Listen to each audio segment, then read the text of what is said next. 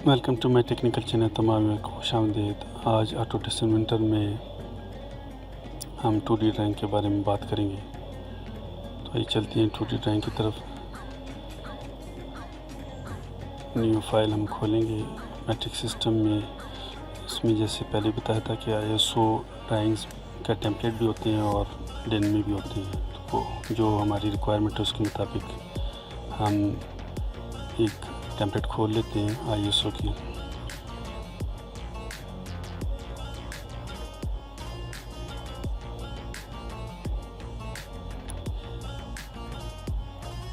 तो इसमें जब हम ड्राइंग जनरेट करते हैं तो हम अपनी मर्ज़ी से उसमें थर्ड एंगल रखना चाहें, फर्स्ट एंगल रखना चाहें तो वो हम रख सकते हैं।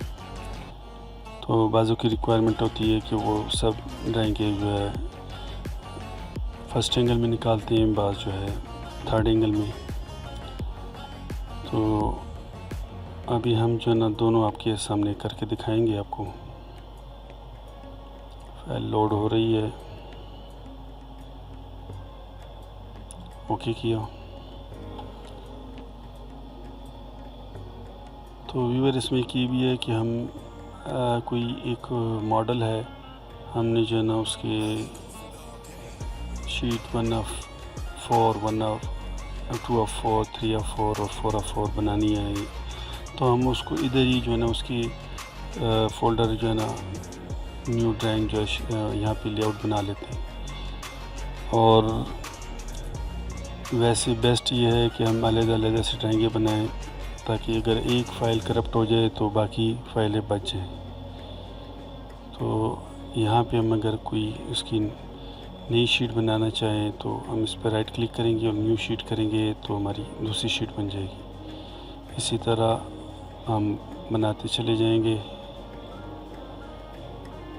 ये 3 शीट हमने बना लिया। लेआउट 1 को एक्टिव करते हैं। उसके बाद जो है ना हम एक पार्ट लेके आएंगे। यहाँ से हम जो है ना कोई भी नया पार्ट लेके आएंगे, हम उसको पाथ देंगे।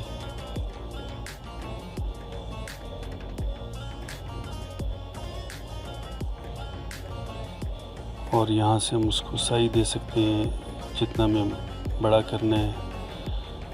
3:1 रख लेते हैं, 2:1 भी रख सकते हैं। ओके किया। अब यहाँ पे मैनेज में आएंगे और यहाँ पे स्टाइल एडिटर। तो स्टाइल एडिटर में व्यू प्रेफरेंसेस में जो है ना हम आएंगे यहाँ पे फर्स्ट एंगल और थर्ड एंगल। तो पहले फर्स्ट एंगल में करके दिखाते हैं आपको। ओके, अब हम प्लेस व्यू में आएंगे। इसके प्रोजेक्शन हम बनाएंगे। तो ये प्रोजेक्शन इसने बना ली। तो फर्स्ट एंगल में यहाँ से देख के इसको यही व्यू बना लिया। अब हम दूसरा व्यू लेके आते हैं।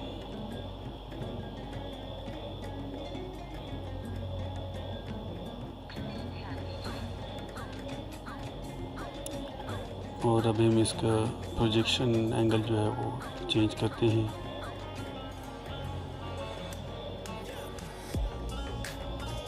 स्टाइल एडिटर में आएंगे, व्यू प्रेफरेंसेस में आएंगे और यहाँ पे अभी हम थर्ड एंगल सेलेक्ट करेंगे। ओके करेंगे, यस। अब हम इसकी प्रोजेक्शन लेंगे। तो ये फ़र्क आपने देख लिया कि थर्ड एंगल में यहीं से देख के इधर व्यू बना लेते हैं और फर्स्ट एंगल में यहाँ से देख के व्यू बना लेते हैं। दूसरे इसमें एक और भी ऑप्शन है, उसको भी हम आपके सामने करके दिखाते हैं। अब ये सर्कल की जो थ्रेडेड पोर्शन है उसको ये सर्कल को इसने कट किया है। हम दोबारा अब जाएंगे,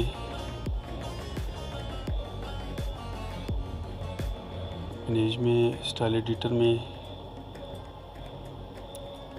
व्यू प्रेफरेंसेस में, और यहाँ पे देख रहे हैं व्यूअर कि ये हाफ सर्कल जो है ना ये सेलेक्ट हुआ है। तो अब हम इसको फुल सर्कल पे करेंगे। Yes, okay. दोबारा इस व्यू को लेते हैं, इसकी प्रोजेक्शन लेंगे, क्रिएट। तो देखिए ये जो इसकी थ्रेडेड पोर्शन इसको ये फुल शो कर रहा है। इसके बाद जो है एक्सिलरी व्यू, तो हम दूसरी शीट में जाते हैं।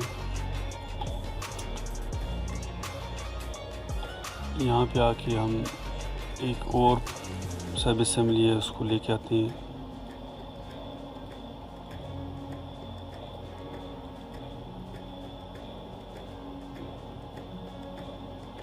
यहाँ से हम उसको रोटेशन दे सकते, जिस रोटेशन में हम देखना चाहें, फ्रंट से, साइड से, टॉप से, तो जो हमारी रिक्वायरमेंट है उसके मुताबिक हम इसको यहाँ से सेट कर सकते हैं।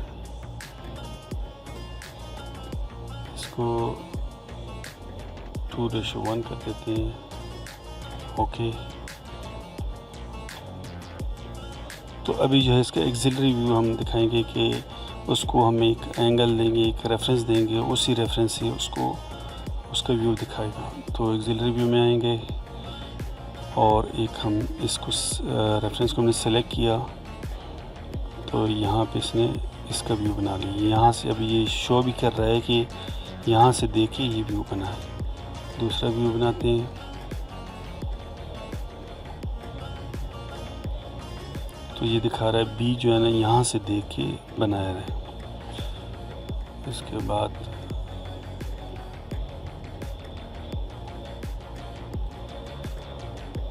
तो ये आपको दिखाना मकसूद था कि हम मुख्तलिफ व्यू से इसको कैसे देखते हैं। वो हम रेफरेंस दे देंगे कि उसकी पार्ट की, उस हिसाब से वो उसका व्यू जनरेट कर देगा। इसके बाद सेक्शन व्यू आता है। सेक्शन व्यू हम करके दिखाते हैं आपको।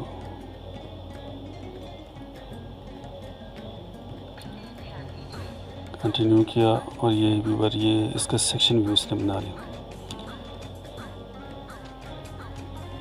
सेक्शन व्यू को डबल क्लिक करेंगे। यहाँ से इसका हमने जो नाम चेंज करना है उसका हम यहाँ से हम चेंज कर सकते हैं।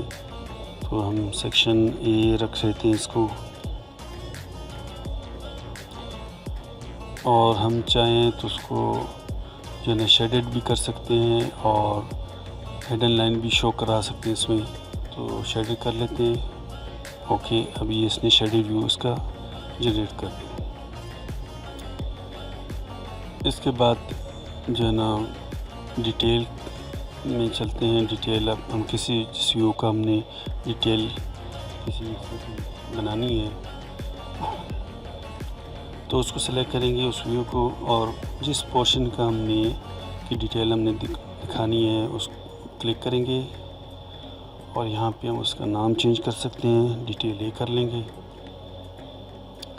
और हम चाहें तो रेक्टेंगुलर और सर्कुलर दोनों कर सकते हैं, और कट शेप जो है वो रफ भी कर सकते हैं और स्मूथ भी कर सकते हैं।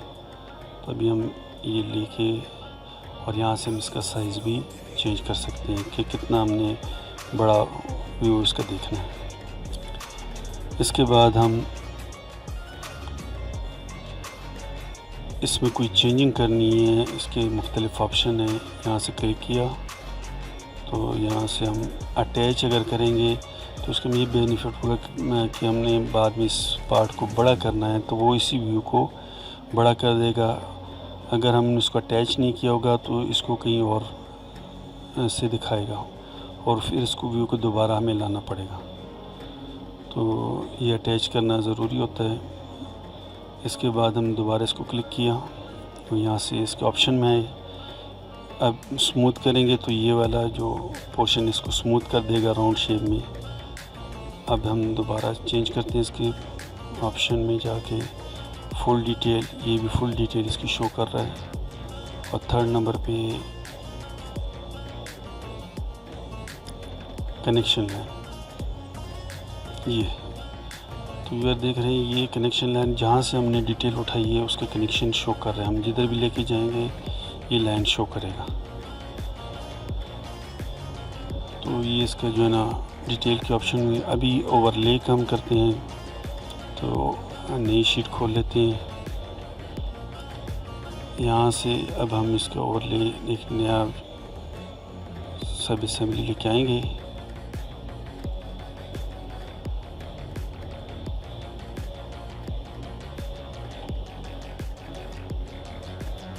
4 किया,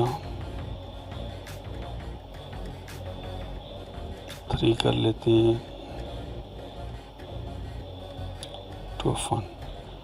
ओके, अभी ये शीट जो है ना, ये साइज़ ये चीज पार्ट हमारे पास आ गया। अभी हम इसका ओवरले व्यू बताएंगे। तो व्यूअर ये बताते चलूँ कि इसकी हमने 2 पोजीशनें बनाई होती हैं, एक ओपन एक क्लोज। तो वो जो है ना हम दिखाने के लिए अभी यहाँ पे आएंगे, इसको क्लिक किया तो एज ओवरले, और इसके बाद यहाँ से ओपन व्यू हम इसका सिलेक्ट करेंगे। ये 2 व्यू हमने इसके बनाए हैं। ओके किया तो व्यूअर इसका व्यू जो है वो ओपन व्यू इसने शो कर दिया। इसको हम ओपन करते हैं। इसकी हमने 2 पोजीशन बनाई है, एक क्लोज पोजीशन और एक ओपन। तो वो इसकी कंस्ट्रेंट जब हम करते हैं, असेंबली करते हैं, तो वहाँ पे हम इसकी पोजीशन सेट कर लेते हैं, दोनों पोजीशनें।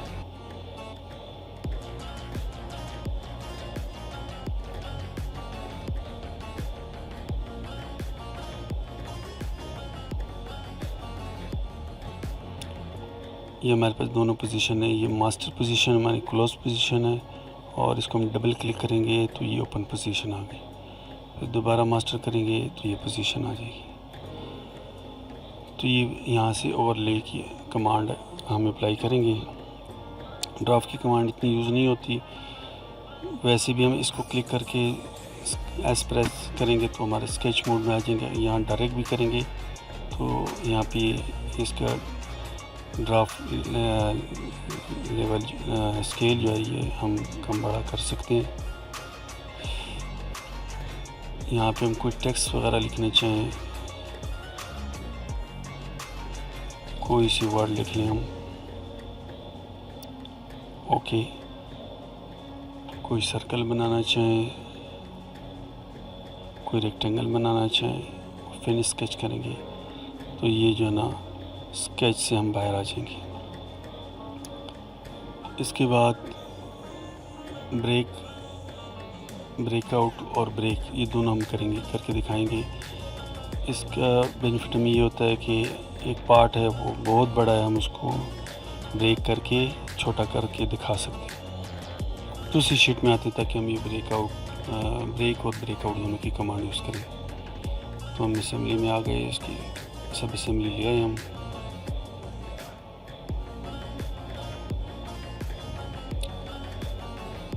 ओके किया, इसको सिलेक्ट किया। इसके बाद हम ब्रेक की कमांड यूज़ करेंगे। हम उसको डिफ़ाइन करेंगे कि कहाँ से कहाँ तक ब्रेक करें। तो ये व्यूअर इसने इसको ब्रेक करके दिखा दिया। अब हम इसको ब्रेक लाइन के गैप जो है इसको हम कम ज़्यादा कर सकते हैं। 1 रख देते हैं तो ये 1 हो गया। इसके बाद हम दूसरी साइड से भी करके दिखाते हैं आपको।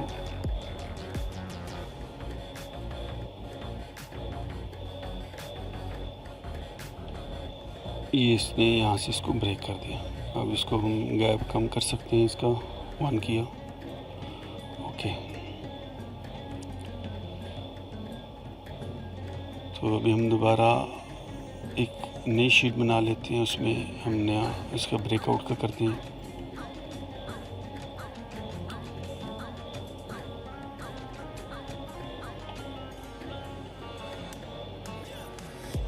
ओके, तो उसमें सबसे पहले हमें एक स्केच की ज़रूरत पड़ती है। उसके बाद हम जो है ना उसको ब्रेकआउट करेंगे। इसको हमने सेलेक्ट किया, एस प्रेस किया। इसके बाद एक रेक्टेंगल हमने बनाए, फिनिश, ब्रेकआउट, ब्रेकआउट। ये हम इसको एक रेफरेंस दे देंगे और यहाँ पे हम इसकी डेप्थ दे देंगे। 1 mm रख देते हैं, चेक करते हैं।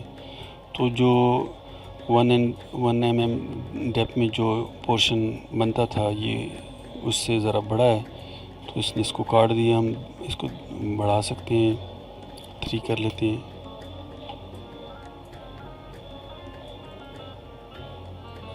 6 कर देते हैं।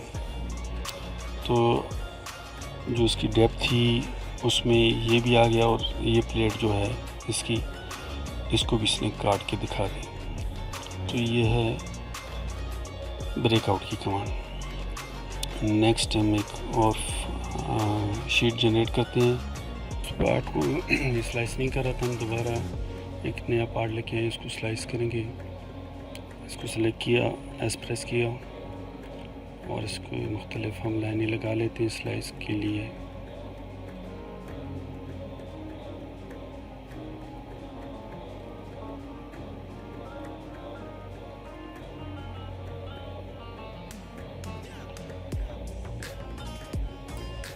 स्केच स्लाइस को इस व्यू को हम सेलेक्ट करेंगे, इसके बाद स्लाइस को और स्केच देंगे और ओके करेंगे। तो इसने इसको स्लाइस में काट दिया। अब ये क्रॉप की कमांड हम यूज़ करेंगे। एस प्रेस किया, इसके बाद एक स्केच हम ड्रा करेंगे। इसको सेलेक्ट किया, एस प्रेस किया और एक रेक्टेंगल हमने ड्रॉ करेंगे। फिर स्केच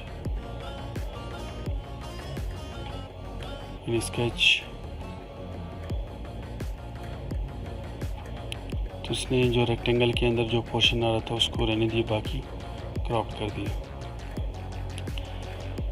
इसके अलावा फिर नेक्स्ट अलाइनमेंट की है। अब ये जो है ना इसके साथ अलाइन है।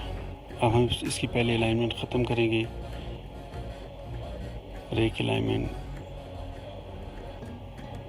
अब ये इसकी अलाइनमेंट से ख़त्म हो गई। हम दोबारा इसको अलाइन करेंगे।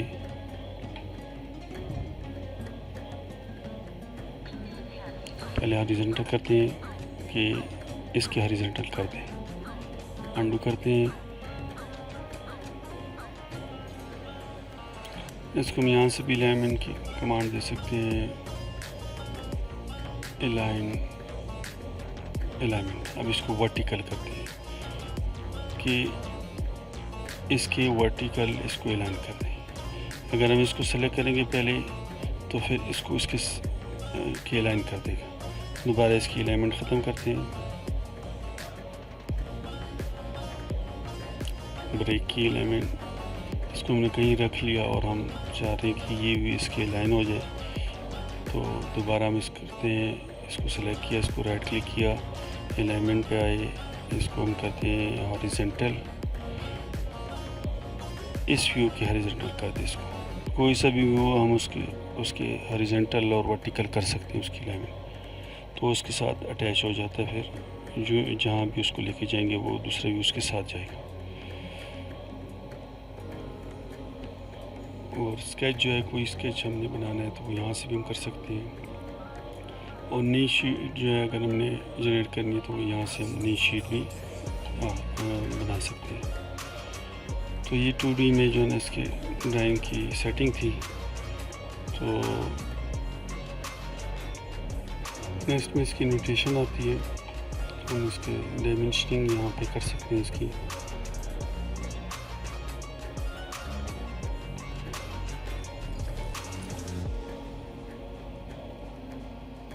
तो राउंड चीज़ को ये खुद ब खुद ऑटोमेटिकली जो है ना वो डाई का सिंबल दे देगा। एंगल देना है तो हम दो लाइनों को सेलेक्ट करते हैं इसकी। तो ये इसकी डिग्री दे रहा है। सेंटर लाइन अगर इसकी लगानी है तो सेंटर लाइन इसकी लगानी है, इस तरह लग जाएगी। राउंड शेप है, उसकी सेंटर लाइन हम यहाँ से लगा सकते हैं। एक फ्लैंज है, उसमें हमने उसकी PCD पे उसको PCD का रेफरेंस देना है, तो उसके लिए हम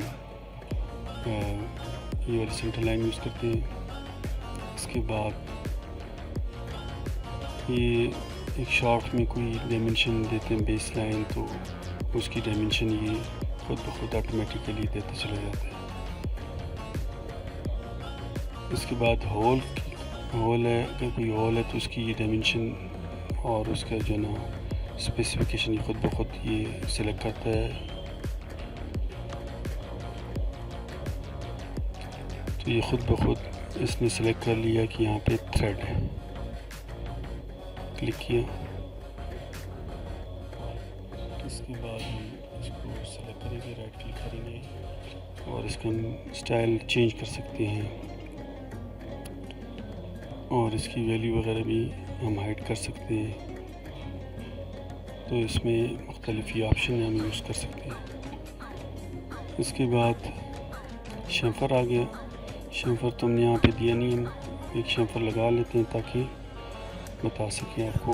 शम्फर लगाया, टू का हमने शम्फर लगा दिया, अप्लाई किया, ओके। दोबारा हम उसमें शीट में आएंगे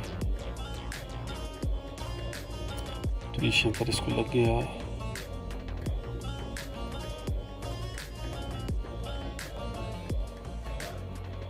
तो इसने शो कर दिया कि इतने का शम्फर इसको लगे।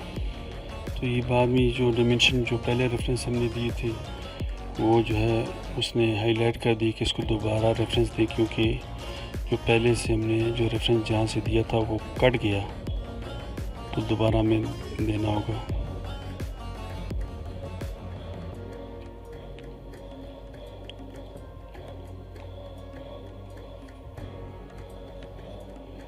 इसके बाद पंच है, बैंड है, वो सब हम यहाँ से दे सकते हैं। टेक्स्ट कोई देना चाहते हैं 2D में तो यहाँ से हम टेक्स्ट उसका लिख सकते हैं।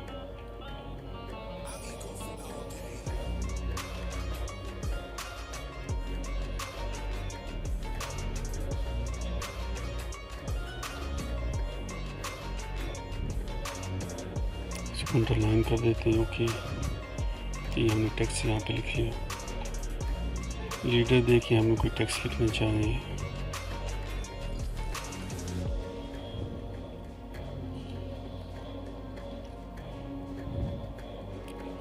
ओके। इसके बाद इंसर्ट सिंबल है, हमने सिंबल कोई बनाया है उसको इंसर्ट करना चाहते हैं तो हम इंसर्ट कर सकते हैं। इसके बाद ये सरफेस रफनेस के सिंबल हैं, कंटिन्यू करेंगे और यहाँ पे हम उसका साइज़ दे सकते हैं।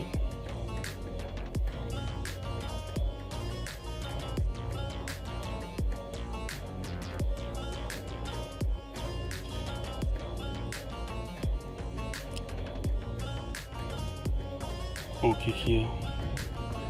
इसके बाद अगर हम इसको दोबारा चेंज करना चाहें तो क्लिक करके राइट क्लिक करेंगे और एडिट सरफेस करेंगे। यहाँ पे हम ये वाला सिंबल देना चाहते हैं, ये वाला सिंबल देना चाहते हैं। मुख्तलिफ जो यहाँ पे इसके ऑप्शन है वो हमें जो चाहिए, रिमूवल ऑफ मटेरियल रिक्वायर्ड है और जो है ना प्रॉपर्टीज़ वगैरह इसकी जो भी हैं हम यहाँ से चेंज कर सकते हैं। ओके करेंगे, ये सिंबल चेंज हो गया इसका। इसके बाद वेल्डिंग सिंबल है। वेल्डिंग सिंबल कोई मुख्तलिफ ISO के स्टैंडर्ड अपने होते हैं और तो ये हम यहाँ पे ये सारे सिंबल हैं इसकी मुख्तलिफ।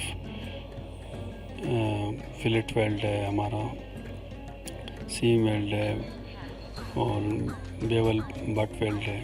यहाँ पे हम इसको करीब लेके आएंगे तो ख़ुद बहुत उसका नाम शो करेगा।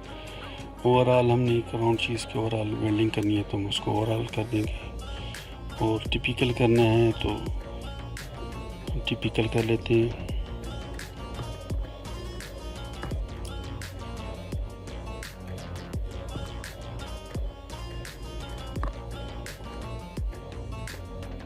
ओके किया तो ये हमारा सिंबल बन गया।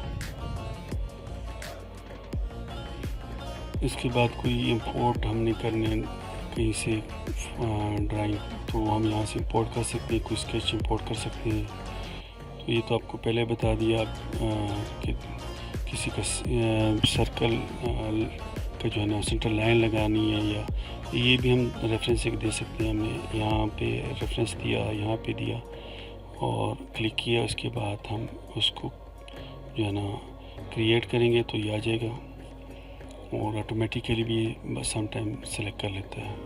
उसी तरह ये स्केच एडिट है, पार्ट लिस्ट है, वो सारा कुछ जो है ना ये ऑटोमेटिकली देते हैं। इसकी सेटिंग जो है ना वो एक अलग से टॉपिक है, तो वो फिर हम बाद में बताएंगे आपको दूसरी क्लास में।